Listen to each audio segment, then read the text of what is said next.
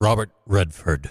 He was born Charles Robert Redford Jr., August 18th, 1936, in Santa Monica, California. His father kept books for Stanford Oil, and his mother urged him to draw. At Manual Arts High School in Los Angeles, he pitched baseball and filled sketch pads. When his mother died at 41 years old, he was 18. That loss planted the question that he chased all his life. What is the larger purpose beyond a game or a sketch? College came.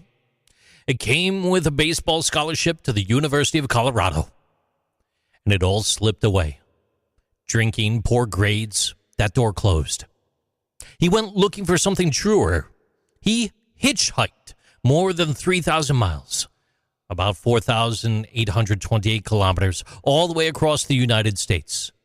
He crossed the Atlantic by ship and then began studying painting in Paris and Florence. When money ran out, he slept outdoors, but he kept sketching, and he trained his eye on light and faces.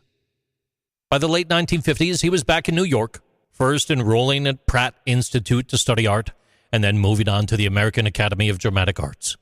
In 1958, he married historian Lola Van Wagenen, and the next year their first son, Scott, passed away of sudden infant death syndrome. That grief and the loss of his mother hardened his resolve to make the work mean something. Stage work arrived first. He almost quit during the rehearsals for Neil Simon's Barefoot in the Park, until Simon told him to stay. After that, film followed. In 1969, Butch Cassidy and the Sundance Kid, it made him a star, taking in over $100 million at the box office. And through the 1970s, he became America's top draw, a candidate who learns how politics really works, a con man in The Sting, a reporter in All the President's Men. He turned down The Graduate, Superman, and The Godfather, opting to go for parts that matched his sense of purpose and not just fame. And away from the set, he and Lola, they chose to raise a family largely in Utah, far from the noise of Hollywood. The mountains turned into his mission. After buying a 2-acre foothold in Provo Canyon in 1961, he acquired the old Timp Haven ski area in 1968, and over time protected more than 5,000 acres, 2,023 hectares near Mount Timpanogos.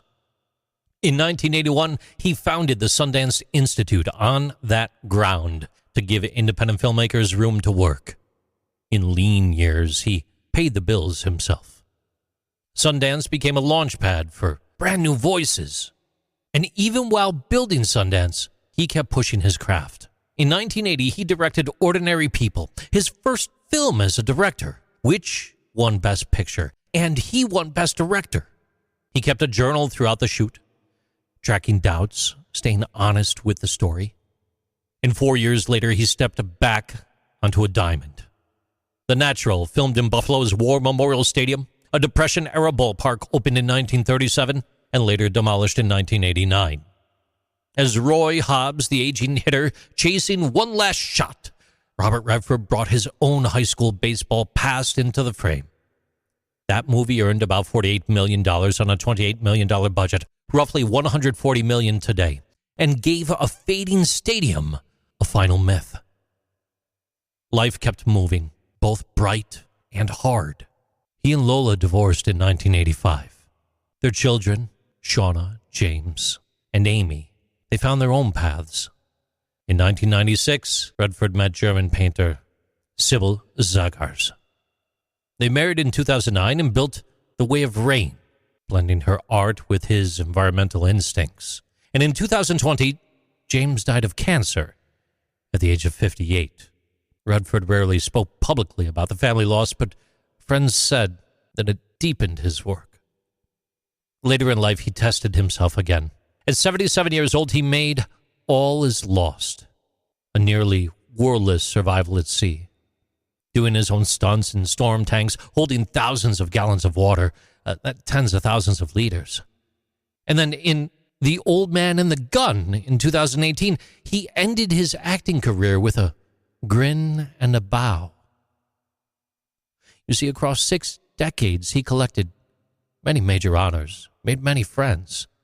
He had earned the National Medal of Arts in 1996, an honorary Oscar in 2002, the Kennedy Center Honors in 2005, and the Presidential Medal of Freedom in 2016, and France's honorary César in 2019. He called the trophies nice to have. He called the land and the institute the point. Robert Redford passed away September 16th, 2025, at his home in Sundance, Utah. The line runs straight from a boy sketching after practice to a young artist sleeping rough in Europe, to a father who knew grief, to a filmmaker who gave others a place to begin on 5,000 acres of mountain ground. His way of seeing the world is his lasting gift to all of us. These are Interesting Things with JC.